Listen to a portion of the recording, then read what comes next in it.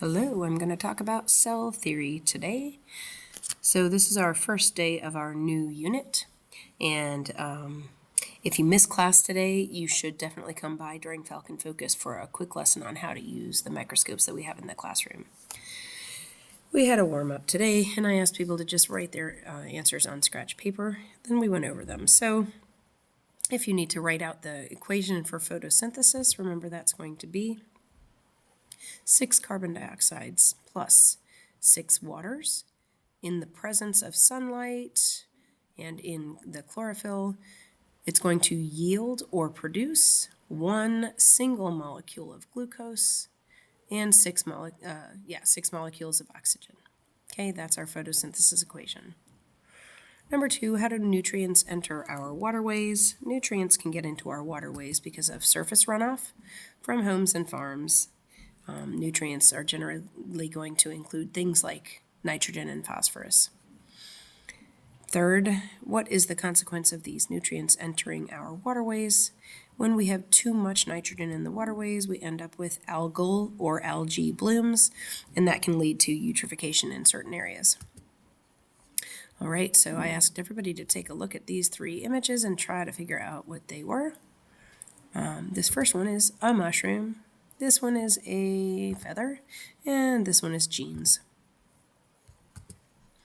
All right, so things that you're going to be learning about today and for this coming lab, we're going to learn the parts of the microscope and how to properly use that microscope.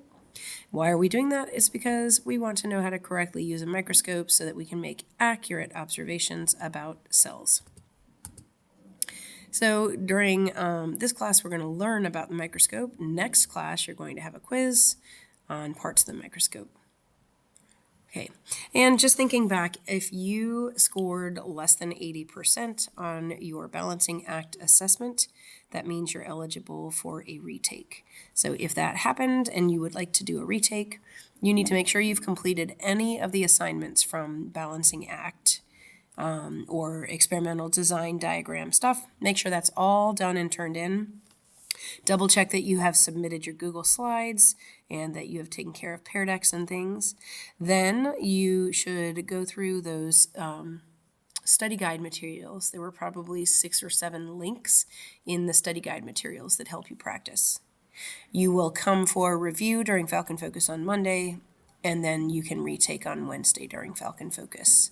Okay, make sure that's all taken care of. You need to have all work done for the unit before you can retake. All right, so today we're going to be talking about microscopes, and these are just kind of some cool pictures of old-fashioned microscopes, and we have much newer ones in the classroom. Next class, we're going to actually learn about scientific discoveries that are only possible because we have had microscopes and the ability to enlarge very small things. All right, with a microscope, this Elodea can look like this. Also Elodea, but you can see very clearly this Elodea cell has a pretty rigid rectangular cell wall, and we can see some organelles inside that cell. So it's important that we know how to use this tool correctly because we want to be able to look at things that are super small and understand what we're looking at. All right, we're going to be using a compound light microscope. This is a picture of one of our microscopes. It uses 2 lenses. That's why it's called a compound microscope. 2 lenses because the 2 lenses multiply the level of magnification. They compound that level of magnification. They make it magnify even more. We have 1 lens up here in the eyepiece, and then each one of these little things here is another lens, and we'll use one of these at a time. We always get the magnification from the eyepiece. All right, if you're going to carry a microscope, you shouldn't have to really in the class, but if you're ever going to carry a microscope, you want to wrap your cord around the arm, or sometimes there's actually a place to wrap the cord. You're going to hold it with both hands, one hand on the arm and one hand on the base, and then just walk very carefully. All right, so microscope magnification equals multiply. So if we want to know what our magnification level is, we're going to multiply the magnification that we have in our eyepiece times the magnification of whichever lens we're using. Okay, so we have to know which lens we have clicked into place. And you find that magnification level by multiplying your eyepiece magnification times your lens magnification. So as an example, our shortest lens, our low power lens, is 4 times. It has the number 4 right on it. And our eyepiece is 10 times, and it will actually have that right on the eyepiece, and you can see it. So to find the total magnification on my low power, 4 times 10 is 40. And you can do those other calculations if you'd like. All right, this is an image inside your textbook. It is really close to the microscopes that we are using, but there are a couple of differences. On our microscopes, we have a coarse adjustment knob, and I'll teach you more about that, but our coarse adjustment knob, this one, is actually down here. Okay, and our fine adjustment knob is just a little bit lower. We also have a light source instead of a mirror, just so you know. All of the parts of this microscope, though, we're going to make sure we understand because that's going to be on your quiz next class. So I handed out this piece of paper to everybody and asked everybody to use the textbook pages to try to answer each one of these questions or fill in information on every line.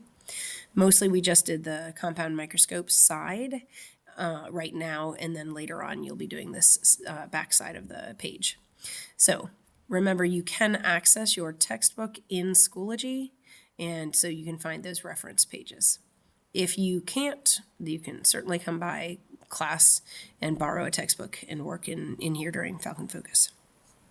All right, you can see that I gave everyone 10 minutes, and then we went over where each one of these vocabulary words goes, how to label that diagram. So let's do that. Try to label it all on your own first, but then you can check your work. All right, here's our microscope again. Oops. And so this upper piece right here is the eyepiece. And then we call this tube right here the body. This is our nose piece. So you can imagine if this is an eye, this might be a nose. We call this the arm right here. That's the arm. The longest and biggest objective lens here, that's our high power objective lens. That's going to magnify something the most. Be super careful when you have that lens clicked into place because it's a fragile lens, and once you have that biggest magnifying piece in place, you have to be careful about moving the stage, which is the black piece right here. All right, my low power objective is the shortest one on my nose piece. The silver things right here are called stage clips. They clip your microscope to your stage. And the stage is this black kind of rectangular piece right here. That can actually raise up and down and get closer to the lens or further away as you are focusing. Okay, there's something called a diaphragm, which is on a sort of round dial, which you can access once you're looking at your microscope. You can access it with your finger, and you can turn it like a dial. That diaphragm controls how much light is coming in from the light source down here. It controls how much light actually gets to come up through your slide. This big knob, like I said, is the coarse adjustment knob. It's in a different location from the image that you have in your textbook. And then our fine adjustment knob is that little one right there. You only want to use your coarse adjustment knob when you are on the smallest objective. Okay, once you have focused on your smallest objective, you can actually click to a bigger lens, and then you'll use just the fine adjustment knob, not the coarse. All right, so we have a light source right down here, and we have a power button. We can turn on the light source. And finally, this bottom part of our whole microscope is called a base. So more terminology. what you can see as you're looking through that eyepiece, this is called your field of view. So you know that you might have a slide on the stage that's a rectangular slide, and this might actually be a bigger image with more of these little creatures, but this circular area that you can see when you look through the eyepiece, that is your field of view. All right. Now, we're going to use the word resolution, and that just means that it's the ability of the microscope to distinguish detail. So if you're using your fine-tuning knob and you get it tuned well enough, you get it focused well enough that you can see these little fibers, that's pretty good, right? We're talking about resolution. All right. Then, after we talked a little bit about parts of the microscope, I asked students to go into Schoology. I've got a new folder set up, and it's CT Day 1, and you're doing information about the microscope, introduction. Okay, and that way you can complete the second side of your notes that I handed out in class. If you're not in class, you can always print those notes. They are posted in Schoology. Gave everybody 13 minutes to work on this material, and then we checked over it. The back side of your page starts with compound microscope right up at the top. To describe the proper way to carry a microscope, you know the proper way is with one hand under the base and the other hand securely holding the arm. When first starting to use a microscope, always begin with the low power objective lens. That's red for us in this classroom. Always begin with the lowest, smallest lens. When using the coarse adjustment, that's the big knob, the low power objective should be in place. All right, then when you have that medium or high power objective lens in position, you're only going to use your fine adjustment knob. You're not going to use the coarse knob anymore. All right, so number 6, what are the powers of the magnification for low, medium, and high that we have on our microscopes? Well, if the eyepiece is always 10, and if our lowest red small objective lens is 4, we just multiply. 10 times 4 is 40. So whatever I'm looking at on that lowest level is going to be appear 40 times larger to me. Eyepiece is always going to be 10 times, and so when we look on the microscope on the yellow lens, you can actually see that the yellow lens says 10 right on it. So remember, 10 times 10, that equals 100. That's my final magnification. Whoopsie daisy. And for the high power objective lens, still my eyepiece is 10, and my high power magnification is going to be 40 in that case. So multiply 10 times 40, I get 400. All right, so I asked everybody to walk around the room and go near a microscope, and we pointed to the parts of the microscope. So I'm going to actually use my cursor to show where these pieces are. If the cover is on your microscope when you get to it, and if it's time to be working with the microscope, you can take that cover off. All right, the power button. That arrow is pointing right to the power button right down here.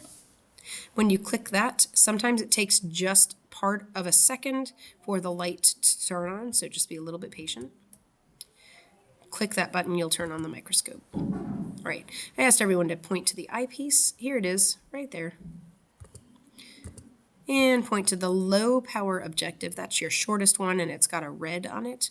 It's actually back here. The low power objective is back behind here. This one's blue, this one's yellow. That one back there is red and small.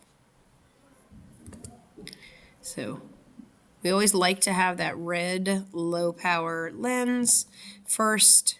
In fact, it is required so that we can start focusing using the coarse knob. All right, calculating total magnification. Again, what you're going to do is look on your eyepiece. It'll tell you what you're multiplying by there. Ours is 10. And you look on whichever lens you're using. So my small short lens right here is times 4. So 10 times 4 is 40. If I use my microscope with this eyepiece and that lens, it's going to bring things 40 times bigger. They appear 40 times bigger than they are. All right, so again, the diaphragm is this black disc that you want to just rotate if you need to. It's the circular disc right there. It lets in different amounts of light. And so if you look from below, you'll see that it is a disc with different sized holes cut out of it. The larger the hole, the more light you can get through. All right. So I asked people to look in through that eyepiece and click along that diaphragm. Some of the microscopes you use, you'll actually be able to see a number like 1 through 5 to say how much light is coming through. Some you're just going to click and turn your diaphragm. All right, so next I asked people to find the stage. That's this black level area right here. So what goes on the stage? You put some slides on the stage so that you can look at microscopic organisms. All right, so we need to move that stage up and down. That's how we're going to focus things. And so we'll use this coarse knob over here to focus. Sorry, I think I missed a little bit. I'm going to probably repeat myself just a tiny bit here. I just want to make sure that we get all of this.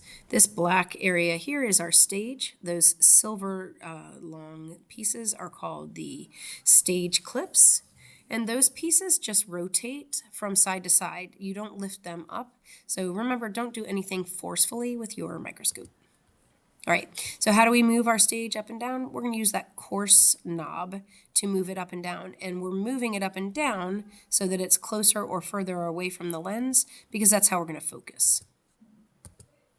Okay, always when you start looking at something at the microscope, make sure your stage is all the way down.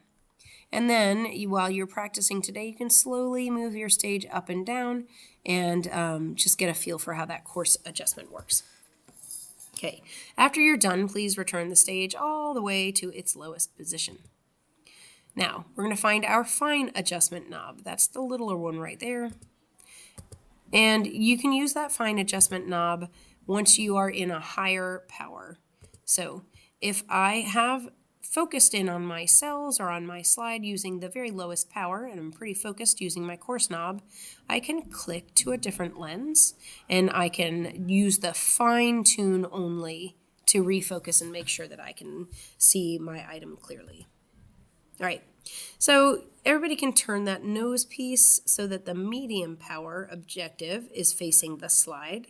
You're going to feel it click in place. Okay, this is the nose piece right here, and if you want medium, that's going to be the one with a yellow ring on it. Okay, trying to figure out what magnification it is, we know our eyepiece is still 10, and we can see 10 right on our medium lens, medium objective lens, so 10 times 10 would be 100. All right, so I asked everybody in the classroom to point to the high power objective. And so they pointed to the blue or longest lens. That's the highest one we have. It's blue. And we're being super careful once we're turning that nose piece, right? You'll hear it click in place, or you'll feel it click in place. Okay, this magnification is 10 from the eyepiece times 40 from that lens. That'll be 400 times bigger, it'll seem. Okay. So when you're done using the microscope, always be sure to have that low power objective facing the stage, so you're back to the low red, short objective lens. Always put that stage back down to its lowest position, and always remove your slide from the stage. Today we actually have a piece of paper that you can set your slide right on. And turn off your microscope. Okay, I gave some of the classes a little bit of time to try to find bananas. You can pause the video if you'd like to. And then we were getting ready to go practice by our microscopes. First, reminder, don't move to a higher power until everything is clear and focused. Okay, so you're going to be on your lowest power. You're going to use the coarse focus to get it as clear as you can. Then you can move to the higher power. Okay, you can use the coarse adjustment all you want when you're on low power.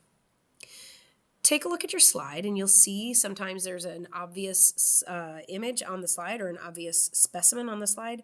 You want that specimen to kind of be in the middle of where your slide goes. So you'll get a little bit of practice moving your slide forward and backward and side to side.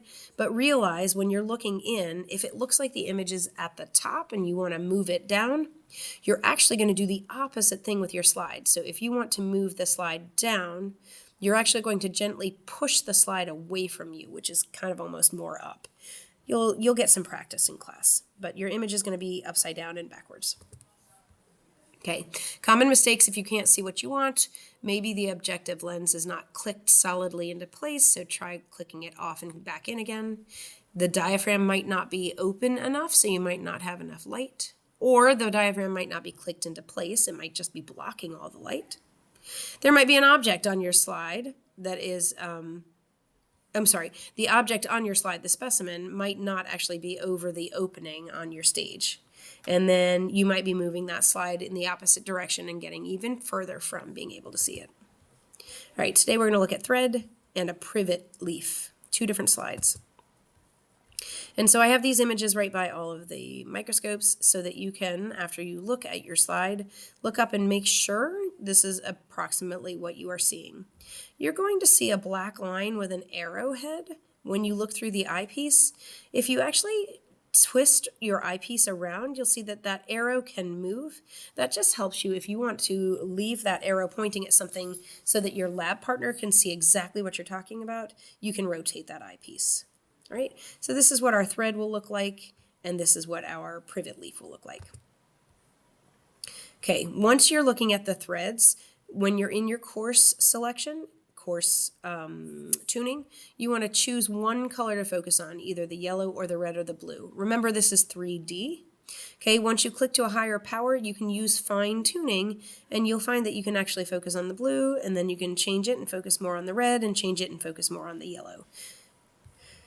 And our privet leaf is going to look on medium power. It's going to look a lot like that. Yours should look pretty similar. All right, so I sent everybody to microscopes, and people took turns looking at the slides under the microscope. And if you really are having trouble during class, you can certainly raise your hand and I will come over and help. But if you didn't get a chance to do this in class, definitely come during Falcon Focus. All right. So when you're done, make sure your low power objective is in place, your stage is already down all the way, your slide is not on the stage anymore, and you have turned off your light. Your microscope cover should be really close to your microscope, and you can just cover it to be ready to go. Okay, after you do all that, we're going to do a quick check-in, and then you can take your exit ticket. So total magnification on a microscope is calculated how? Well, if you read those all, we realize it's going to be C. We multiply the magnification of the eyepiece times the magnification of the lens.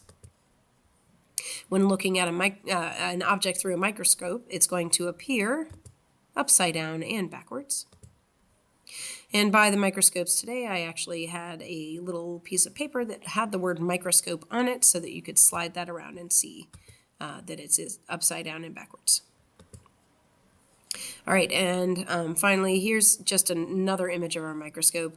We have one lens up here at the eyepiece and another lens with our objective lens, and it is doubling up and making our image appear even bigger. All right, finally, when using a microscope, you need to first focus in low power with your coarse adjustment.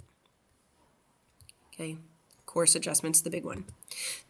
All right, so make sure that you have submitted that microscope slides, the Google Slides assignment for your microscope for this day, and there's an exit ticket, and keep your paper in your binder and go over it because we have a microscope parts quiz next class. All right, thanks so very much for watching, and tune in.